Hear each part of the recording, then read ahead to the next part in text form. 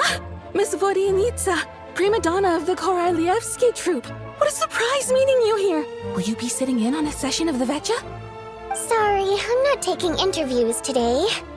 Oh good, you're here. The session's about to begin. Let's get inside. Please wait, Miss Vodyanitsa. Could you introduce me to your new friend?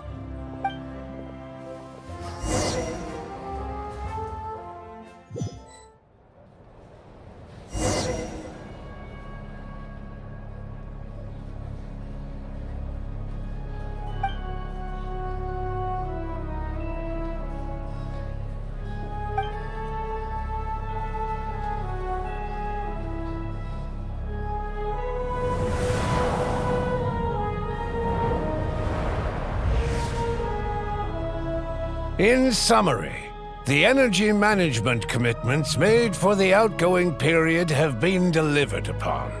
Furthermore, both the production and consumption of Kresnik Crystal show clear signs of stabilizing. The relevant agencies have assessed the present circumstances and determined that the status quo can be sustained until the next period. For detailed statistics, I would refer you to the industry reports that have been distributed to all persons present. It should also be noted that while the recent blizzards have led to a significant increase in people's energy expenses, this is strictly a short-term phenomenon associated with a remotely located monster. Her Majesty the Tsaritsa is giving her full attention to this matter. We should have every confidence that it will be dealt with swiftly and conclusively. A financial report on disaster relief is also present in this report, courtesy of Pantalone. They cover the same old ground every single time. The rooster never seems to mind, but everyone else is getting tired of it. There's a general lack of trust. People aren't seeing any tangible benefits that affect them directly. Of course, none of that will be reflected in any of the reports on the table. Yeah, if it weren't for these hard copy documents, I could have at least made something up. Oh, don't mind me. I'm just out here trying to hit my interview quotas. Bring out the kvass. Ever read it? Best-selling newspaper in town. If I remember correctly, you guys don't even have a sales permit. You have to sell from stalls on the street. Okay then, best-selling street stall newspaper in town. Still counts.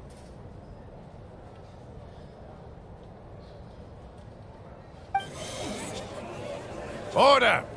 We will now open the floor to the representatives. If there are no further substantive issues to discuss, we will then proceed to a vote on this motion.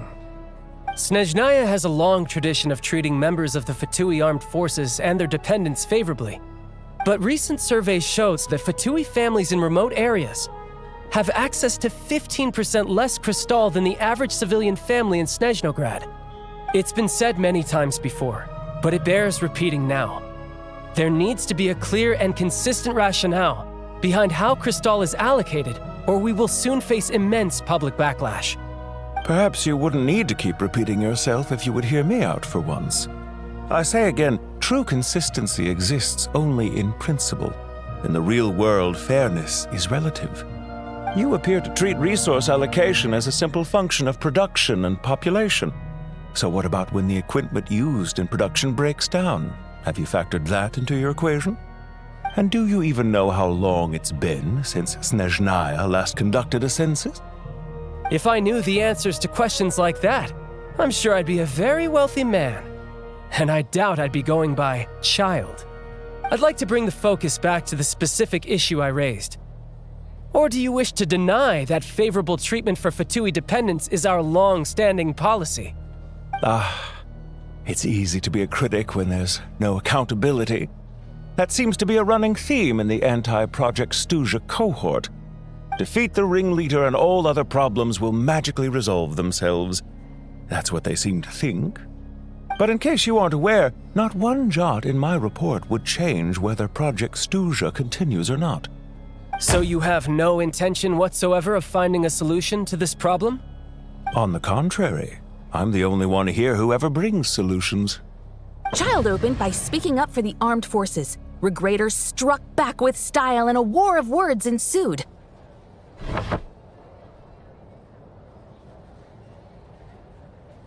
Our reporter was live on the scene to get the audience's reaction as it all unfolded. Who do you support? The people have spoken! Child received raucous applause from the crowd as he pushed Regrator onto his back foot with a relentless barrage of questions. It had to be seen to be believed.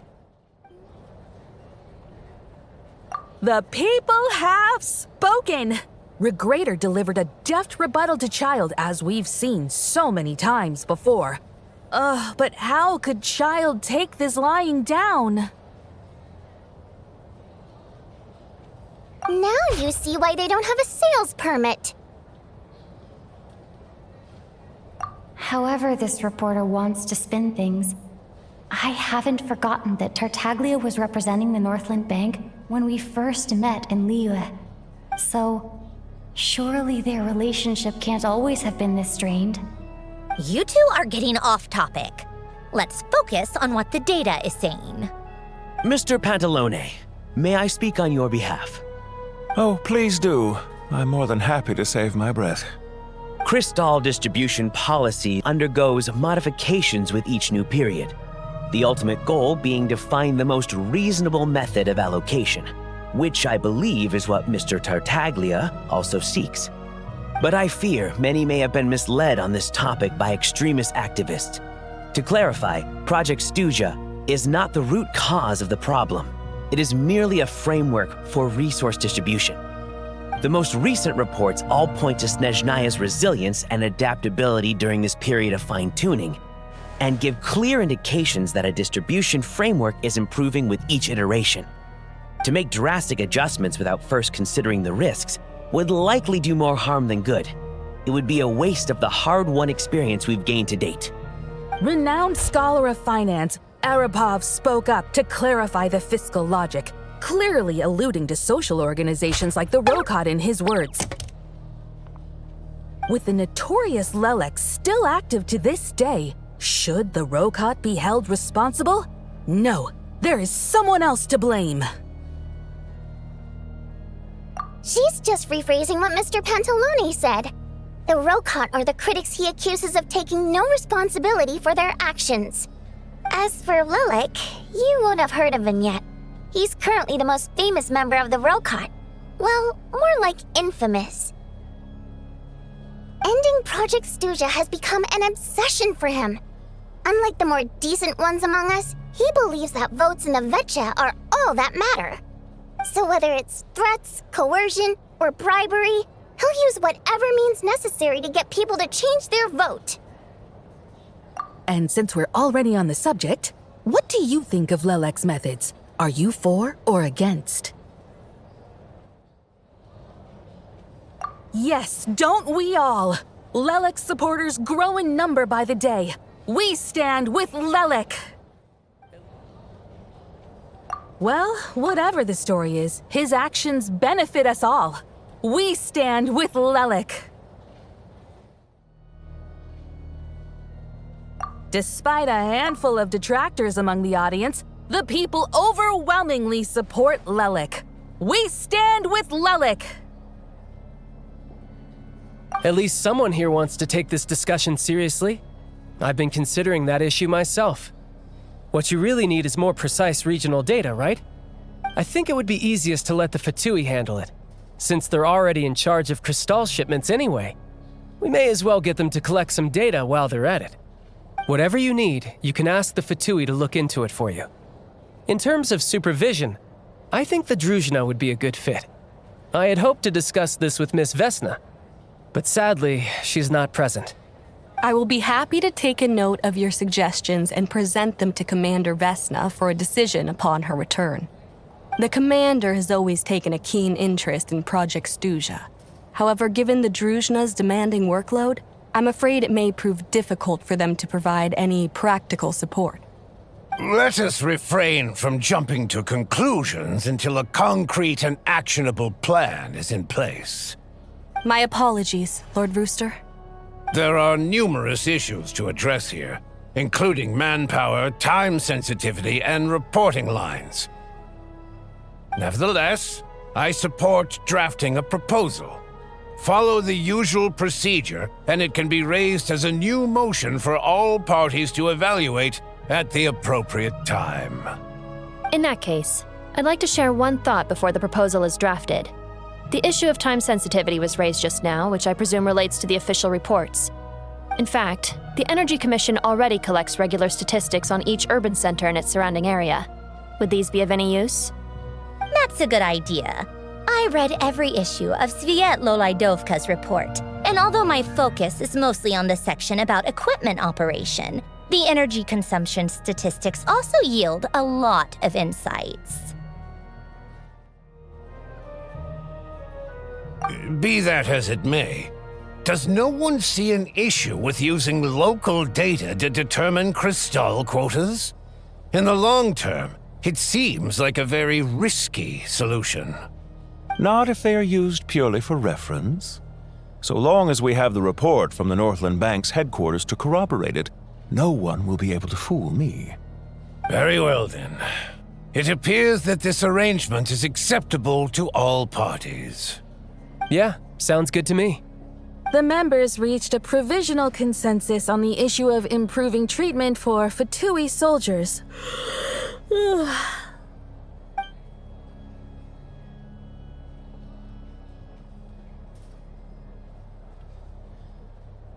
Today, the prima donna of the Korailievsky troupe attended a session of the Snezhnograd Veche in the company of a most charming young lady. The question on all our minds is, what is the true nature of their relationship? Write anything like that again, and I'm revoking your permission to interview the troupe. Got it?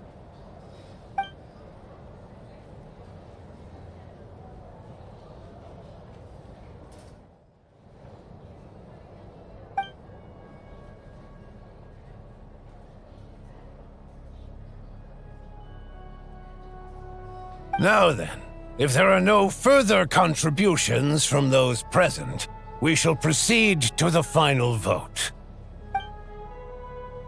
Hey, check it out!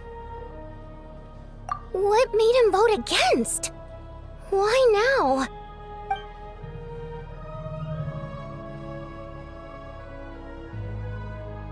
The votes have been tallied. Those in favor of continuing Project Stuzha total 61%, securing a clear majority.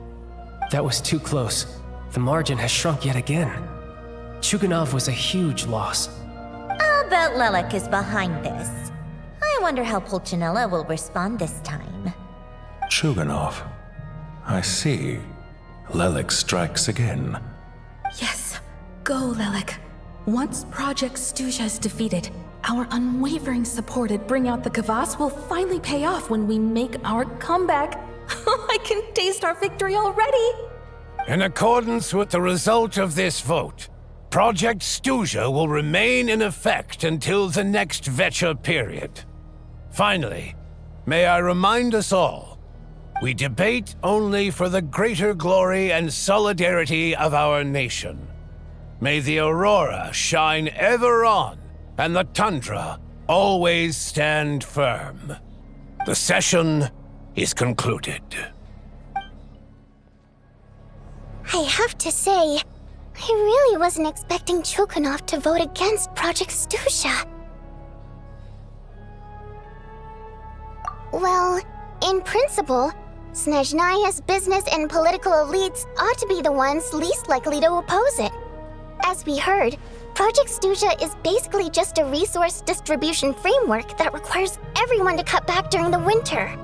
But even if the policy got cancelled, the Tsaritsa's energy needs wouldn't suddenly go down. The extra demand from the public would have to be filled from somewhere. So logically, the factories would have to take the hit. I got a letter from Mr. Mitya just before today's session. He said he's confirmed that there are issues around overtime and excessive energy consumption at the Iskra manufacturing plant. In a situation like this, once the Rooster receives the report, He'll order the factory to halt production and submit to an investigation before issuing a penalty. But that's a week-long process, and thus didn't make it onto the Veche agenda this time. I don't think he suspects anything so far. Exactly. And as you know, he's a very selfish person. I was originally gonna try and flip him after he received notice of the official sanctions. My plan was to convince him that the whole thing was completely unfair. Rather than just sit back and take the hit while his factory stopped production, he'd be better off voting to end Project Stuzha. At least that way, no one else would be able to make any money either, because all the factories would suddenly have more limited energy to work with. But now, he's already voted against it, which means someone must have used more forceful means to change his vote. Just like with everyone else who flipped. Yeah, no one knows why Lelek is so obsessed with ending Project Stuzha, but by the looks of it, he's inching closer and closer to success. Lelek must have strong motivations, given how he'll stop at nothing to achieve his goal. Maybe he knows the full truth of Project Stuzha. Maybe my next step should be to focus on him. All right. What are your plans for the rest of the day? Shall we head out? Hey, comrade. I noticed you were here during the debate. I didn't take you for a political enthusiast. Greetings, Harbingers. I just happened to have some free time today, and my new friend here thought it might be fun to check out the Veche. Ah, Odette must have introduced you. Looks like you two are getting along pretty well. I'll leave you to catch up. I should head back to the troop. Sure. Break a leg and all that.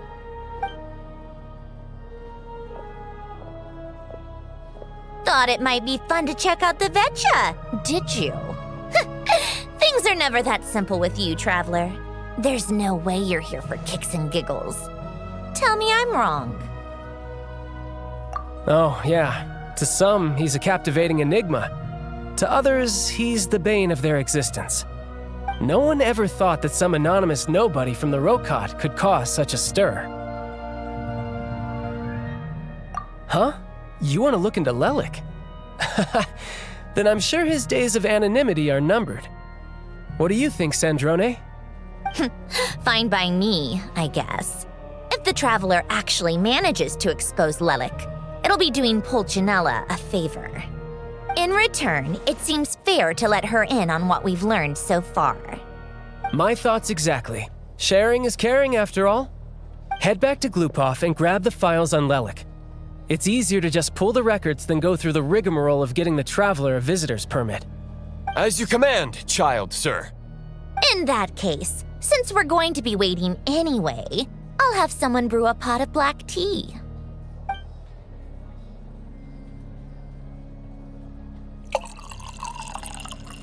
One common thread among the many incidents Lelek has been involved in is that the victims are all too scared to share any real information about him. Clearly, he must have threatened them in some way. His modus operandi is to silently infiltrate the scene and leave a threatening letter behind. But neither the letters nor the crime scenes ever yield any clues to his identity. So all these files have to offer are short statements by the people affected. They don't give us a lot to go on. If nothing else, it shows we're dealing with a trained professional who's versed in counter-surveillance. Yes, and to that point, he often strikes in highly secure locations. The victims are high-ranking and influential people who take their personal security very seriously. Somehow, Lelek slips right into their rooms without making a sound. There's never any eyewitnesses, nor the slightest trace of a break-in. If he can get in and out undetected, it means he can strike without warning. Not that that's ever happened so far, but the thought is enough to scare these people sleepless. It's hard to believe that a human being could pull this off flawlessly every time, so they switched the focus of the investigation to Veche. Unfortunately, no one's found anything yet. Careful, don't underestimate me. Although truth be told, I'd probably find it hard not to blow my cover. Direct confrontation is more my style. We haven't ruled out the possibility of Lelek being human. It's just, there can only be a handful of people in all of Teyvat who'd fit the profile. They, on the other hand, plenty would have the ability, but few would have the motive. No, not as strong as me. You'll never find the culprit with criteria like that. Let's go with a little weaker than me. Oh, you hit me right where it hurts. I'll admit, he's strong and meticulous. But can we at least limit this to candidates who have something to do with Snezhnaya? There's no denying that Master is strong, but meticulous? We can only hope. She's just trying to find a reference point. Stop getting fixated on who's stronger than who. But that's the most important thing. In my opinion, anyway.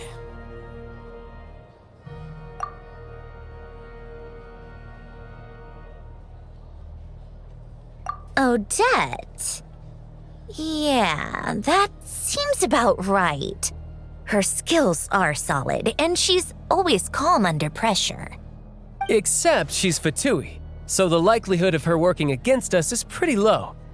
But yeah, much more accurate than your previous example, at least. No, wait a moment. Maybe we should interrogate that assumption. What do you mean? Which assumption? Her Fatui identity doesn't necessarily exonerate her. And when you think about it, the Rokot would be precisely what she needs to conceal her identity. Plus, she wouldn't need to be such a pro at covering her tracks. She'd already know where the Fatui will be and when, so she could choose the perfect time to act. Oh, yikes. I was just thinking out loud. Why is this starting to sound like such a convincing theory? Still, what reason could Odette possibly have for trying to call off Project Stuzha? Arlecchino would be the best person to ask. She knows Odette best. Unfortunately, she isn't back yet. Rosaline used to open up to her in private about her struggles with Odette. As I'm sure you can imagine, Arlecchino is quite a lot better with children than Rosaline was. She gave her some tips on how to handle the situation, and Rosaline managed to reach a settlement with Odette before leaving. So I suppose there were at least no lifelong regrets left behind. Beyond that, I don't know the details about that side of things. But I do know that Odette definitely has a motive to hold a grudge against Project Stuzha. The reason being, her father passed away during the early stages of the project. That was back before it had been named Project Stuzha, when things were still being worked out. But in essence, it's remained the same ever since. Huh, the more you know. Rosaline was always so self-centered. I never understood why she started paying so much attention to Odette. Is that such a surprise? If you cast your mind back, you may remember that Rosaline and I weren't exactly close. We had tea together a few times, but that was about it. Odette's past is no secret. Her father was a fatus and her mother was a very famous ballerina. On the surface, it looks like she followed right in her parents' footsteps. But the truth is quite a different story. After her father passed away on a mission, her mother was overcome with grief. She broke her leg during a performance and could never dance again.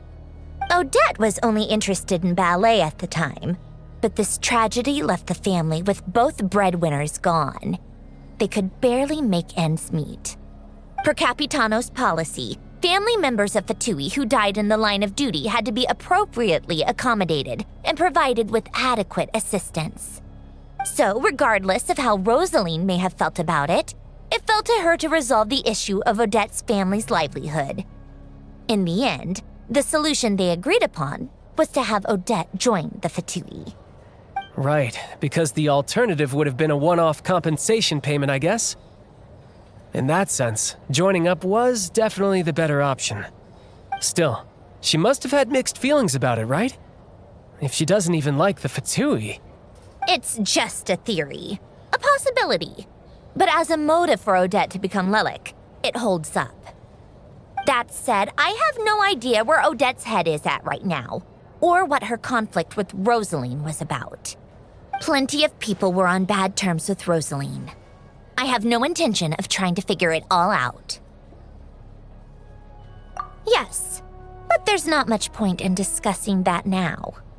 Yeah, back to Lelek. Since our investigations so far have turned up next to nothing, we've got nothing to lose by trying a new angle. Funnily enough, Tonya and I had actually made plans to go to the theater tomorrow to watch Odette's rehearsal. Unfortunately, thanks to this Lelek situation, I'll be stuck working overtime again. Which means you can go in my place. No point wasting the ticket.